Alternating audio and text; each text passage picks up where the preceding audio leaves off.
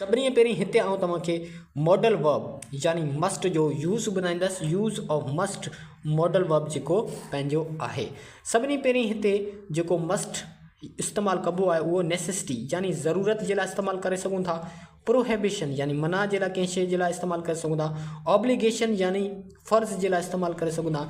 ऐं कम जो चांस जेकॾहिं 90% आहे यानी पको उहो कमु 90% थी वेंदो, को माण्हू करे सघे थो, त उन जे लाइ पाण जेको आहे मॉडल वर्ब मस्ट इस्तेमालु कंदासीं। ऐं मस्ट जो मतिलबु हूंदो आहे जेको सिंधी हूंदी आहे उहो लाज़मी घुरिजे या लाज़मी खपे, तव्हां इस्तेमालु करे सघो था। अच्छा, नेसेसिटी यानी ज़रूरत जे लाइ कीअं इस्तेमालु कबो आहे। We must respect our teachers, असांखे लाज़मी उस्तादनि जी इज़त करणु घुरिजे। लाज़मी शुड यानी घुरिजे ऐं मस्ट यानी लाज़मी घुरिजे, ठीकु आहे। U must not smoke here, तव्हांखे हिते लाज़मी सिगरेट नोशी न करणु घुरिजे यानी सिगरेट हिते तव्हांखे लाज़मी न पीअणु घुरिजे, छो मना आहे। प्रोहिबिशन यानी मना जे लाइ पाण इस्तेमालु करे सघूं था। ऑब्लिगेशन यानी फ़र्ज़ जे लाइ जेको आहे पाण इस्तेमालु कंदा आहियूं must modal verb. We must go लाज़मी असांखे हुते वञणु घुरिजे। इहो छा आहे, ऑब्लिगेशन असांजी ज़िमेदारी आहे। ऐं कंहिं चांस जेको आहे कंहिं बि कम जो 90% आहे त पोइ तव्हां जेको आहे मस्ट इस्तेमालु करे सघो था। हीअ थी वियो तव्हांजो यूज़। उन खां बाद में हिन जो एक्शन में तव्हां कहिड़े हिसाब सां जुमिला ठाहे सघो था, कहिड़े हिसाब सां तव्हां यूज़ करे सघो था, उहो पाण डिस्कस कंदासीं। सभिनी पहिरीं त मस्ट जेको आहे एक्शन में यानी लाज़मी घुरिजे या लाज़मी खपे तव्हां इस्तेमालु करे सघो था। इन जी सिंपल फॉर्मेशन, नेगेटिव फॉर्मेशन ऐं इंट्रोगेटिव फॉर्मेशन पिणु हिते डिस्कस कंदासीं। सिंपल फॉर्मेशन ठाहिण जे लाइ सभिनी पहिरीं तव्हांखे सब्जेक्ट मस्ट वर्ब जी first form plus object. Interrogative ठाहिण जे लाइ तव्हांखे सब्जेक्ट मस्ट नॉट वर्ब जी फर्स्ट फॉर्म प्लस ऑब्जेक्ट। उन खां बाद में मस्ट सब्जेक्ट ऐं वर्ब जी फर्स्ट फॉर्म प्लस ऑब्जेक्ट ऐं क्वेश्चन मार्क तव्हां लॻाईंदव त तव्हांजी सिंपल फॉर्मेशन ठही वेंदी। अचो त कुझु एग्जाम्पल्स ॾिसूं था। U must send the email, U must not send the email, must U send the email यानी तव्हांखे ईमेल लाज़मी मोकिलणु घुरिजे, तव्हांखे ईमेल लाज़मी मोकिलणु न घुरिजे। छा तव्हांखे ईमेल लाज़मी मोकिलणु घुरिजे, त इहो इंटरोगेटिव सवाल थियो। अचो त वधीक एग्जाम्पल्स डिस्कस कयूं था। उन खां बाद में तव्हांखे कंप्लीटली मस्ट जो इस्तेमालु ऐं मस्ट जी सिंधी पिणु सम्झ में अची वेंदी। हिते आहे तव्हांजा एग्जाम्पल्स वधीक। She must finish the report, she must not finish the report, must she finish the report. They must attend the workshop, the must not attend the workshop, must they attend the workshop. He must call the client, he must not call the client, must he call the client. We must submit the application, we must not submit the application, must we submit the application. इन जी सिंधी छा निकिरंदी, हिनखे report लाज़मी मुकमल करणु घुरिजे, हिनखे report लाज़मी मुकमल न करणु घुरिजे। छा हिनखे लाज़मी रिपोर्ट मुकमल करणु घुरिजे। उन्हनि खे वर्कशॉप में लाज़मी शिरकत करणु घुरिजे, उन्हनि खे वर्कशॉप में लाज़मी शिरकत न करणु घुरिजे। छा उन्हनि खे वर्कशॉप में लाज़मी शिरकत करणु घुरिजे। हिनखे क्लाइंट सां लाज़मी फ़ोन करणु घुरिजे, हिनखे क्लाइंट खे लाज़मी फ़ोन न करणु घुरिजे। छा हिनखे क्लाइंट खे लाज़मी फ़ोन करणु घुरिजे। असांखे दरख़्वास्त लाज़मी जमा कराइणु घुरिजे, असांखे दरख़्वास्त लाज़मी जमा न कराइणु घुरिजे। छा असांखे दरख़्वास्त लाज़मी जमा कराइणु घुरिजे।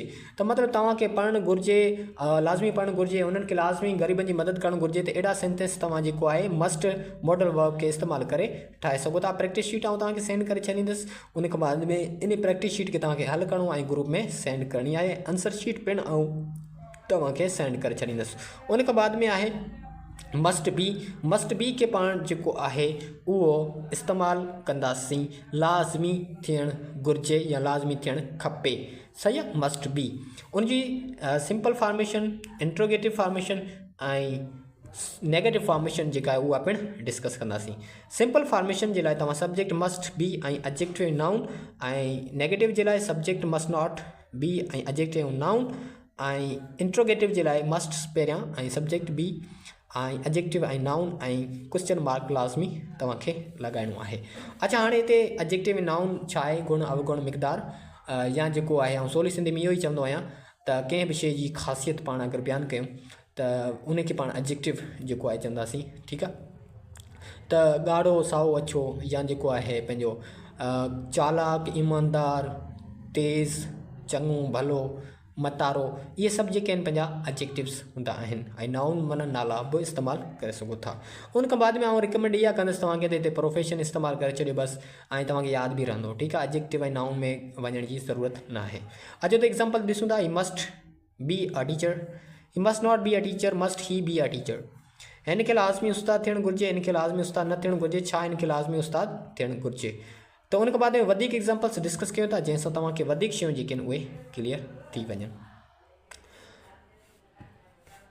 They must be teachers, they must not be teachers, must they be teachers? You must be pharmacist, you must not be pharmacist, must you be a pharmacist? Aslam must be a technician, Aslam must not be a technician, must Aslam be a technician? She must be a photographer, she must not be a photographer, must she be a photographer? त इहा त तव्हांजी थी वई English. हिन जी सिंधी कहिड़े हिसाब सां निकिरंदी उहा पिणु तव्हांखे आउं ॿुधायो। उन्हनि खे लाज़मी उस्ताद थियणु घुरिजे, उन्हनि खे लाज़मी उस्ताद न थियणु घुरिजे, छा उन्हनि खे लाज़मी उस्ताद थियणु घुरिजे। अव्हांखे लाज़मी फार्मेसिस्ट थियणु घुरिजे, अव्हांखे लाज़मी फार्मेसिस्ट न थियणु घुरिजे, छा अव्हांखे लाज़मी फार्मेसिस्ट थियणु घुरिजे। असलम खे लाज़मी टेक्नीशियन न थियणु घुरिजे, छा असलम खे लाज़मी टेक्नीशियन थियणु घुरिजे। इनखे लाज़मी फोटोग्राफर थियणु घुरिजे, इनखे लाज़मी फोटोग्राफर न थियणु घुरिजे, छा इनखे लाज़मी फोटोग्राफर थियणु घुरिजे। त ही हुआ तव्हांजा एग्ज़ाम्पल मस्ट बी ते। उमेद कंदो तव्हांखे सम्झ में अची विया हूंदा। मस्ट बी जी प्रैक्टिस शीट भी तव्हांखे आउं सेंड करे छॾींदुसि स्टेट। उन खां बाद में हाणे पढ़ूं था हिते यूज़ ऑफ मस्ट हैव, यानी मस्ट हैव पोजीशन में कीअं इस्तेमालु कंदासीं उहो हिते पढ़ण वारा आहियूं। अच्छा, मस्ट हैव पोजीशन में, मस्ट हैव पोजीशन में इन जी जेका सिंधी निकिरंदी आहे लाज़मी वटि हुजणु घुरिजे, लाज़मी वटि हुजणु घुरिजे। तव्हां वटि लाज़मी घर हुजणु घुरिजे, उन्हनि वटि लाज़मी कार हुजणु घुरिजे, मूं वटि लाज़मी डिग्री हुजणु घुरिजे। एॾा लफ़्ज़ या अहिड़ा सेंटेंस तव्हांखे मिलंदा। सिंपल जुमिलो ठाहिण जे लाइ, नेगेटिव ठाहिण जे लाइ, इंट्रोगेटिव ठाहिण जे लाइ तव्हांखे फार्मूलो इस्तेमालु करिणो आहे ऐं उहो फार्मूलो जेको तव्हांखे इस्तेमालु करिणो आहे उहो सब्जेक्ट, उन खां बाद में मस्ट हैव ऐं ऑब्जेक्ट, ऐं उन खां बाद में नेगेटिव जे लाइ सब्जेक्ट मस्ट नॉट ऐं हैव ऐं ऑब्जेक्ट।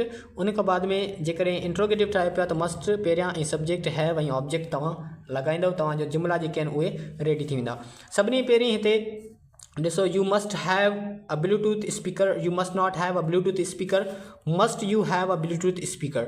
इन जो मतिलबु आहे त तव्हां वटि लाज़मी ब्लूटूथ स्पीकर हुजणु घुरिजे, तव्हां वटि लाज़मी ब्लूटूथ स्पीकर न हुजणु घुरिजे, छा तव्हां वटि लाज़मी ब्लूटूथ स्पीकर हुजणु घुरिजे। अचो त वधीक जेके आहिनि मिसाल डिस्कस कयूं था, उन खां बाद में तव्हांखे हीअ सभु शयूं जेके आहिनि उहे क्लियर थी वेंदियूं। U must not have a mobile, तव्हां वटि मोबाइल न लाज़मी हुजणु घुरिजे, यानी ही नेगेटिव आहे। Must U have a mobile, छा तव्हां वटि जेको आहे लाज़मी मोबाइल हुजणु घुरिजे। ठीकु आहे। They must have a car, they must not have a car, must they have a car. We must have a bank balance, we must not have a bank balance, must we have bank balance. He must have a degree, he must not have a degree, must he have a degree. I must have a passport, I must not have a passport. उन्हनि वटि लाज़मी car हुजणु घुरिजे, उन्हनि वटि लाज़मी car न हुजणु घुरिजे, छा उन्हनि वटि लाज़मी कार हुजणु घुरिजे। असां वटि बैंक बैलेंस हुजणु घुरिजे, असां वटि बैंक बैलेंस न हुजणु घुरिजे, छा असां वटि बैंक बैलेंस हुजणु घुरिजे। हिन वटि डिग्री लाज़मी हुजणु घुरिजे, हिन वटि डिग्री लाज़मी न हुजणु घुरिजे, छा हिन वटि लाज़मी डिग्री हुजणु घुरिजे। मूं वटि पासपोर्ट लाज़मी हुजणु घुरिजे, मूं वटि पासपोर्ट लाज़मी न हुजणु घुरिजे। त हिते तव्हां ॾिठो एग्ज़ाम्पल्स मस्ट हैव ते, उन खां बाद में प्रैक्टिस शीट तव्हांखे आउं सेंड करे छॾींदुसि, उहा तव्हांखे हल करे ग्रुप में सेंड करणी आहे। आंसर शीट पिणु तव्हांखे आउं सेंड करे छॾींदुसि। उमेदु कयां थो तव्हांखे मस्ट हैव यानी पोजीशन में लाज़मी वटि हुजणु घुरिजे, उन खां बाद में मस्ट बी यानी स्टेट में हालत ॿुधाइण जे लाइ लाज़मी थियणु घुरिजे, लाज़मी थियणु खपे, उहो तव्हांखे सम्झ में अची वेंदो। ऐं मस्ट एक्शन में लाज़मी घुरिजे या लाज़मी खपे पिणु तव्हां जेको आहे इस्तेमालु करे सघो था। ऐं मस्ट जो यूज़ नेसेसिटी, प्रोबेशन, उन खां बाद में जेको आहे ऑब्लिगेशन, ऐं उन्हनि जे लाइ सभिनी जे लाइ जेको आहे इस्तेमालु कबो आहे नेसेसिटी, ऑब्लिगेशन ऐं प्रोविजन जेको आहे प्रोहिबिशन। त उमेदु कयां थो तव्हांखे हीउ लेक्चर मस्ट जो सम्झ में अची वियो हूंदो। लेक्चर नंबर 3 ऐं 2 लेक्चर पहिरियां तव्हांखे प्रोवाइड करे चुको आहियां, जंहिंमें मां सभिनी खां पहिरीं कैन ऐं शुड, उन खां बाद में थर्ड जेको आहे मस्ट पढ़ायो आहे। मिलंदासीं नेक्स्ट लेक्चर में। Thank you so much.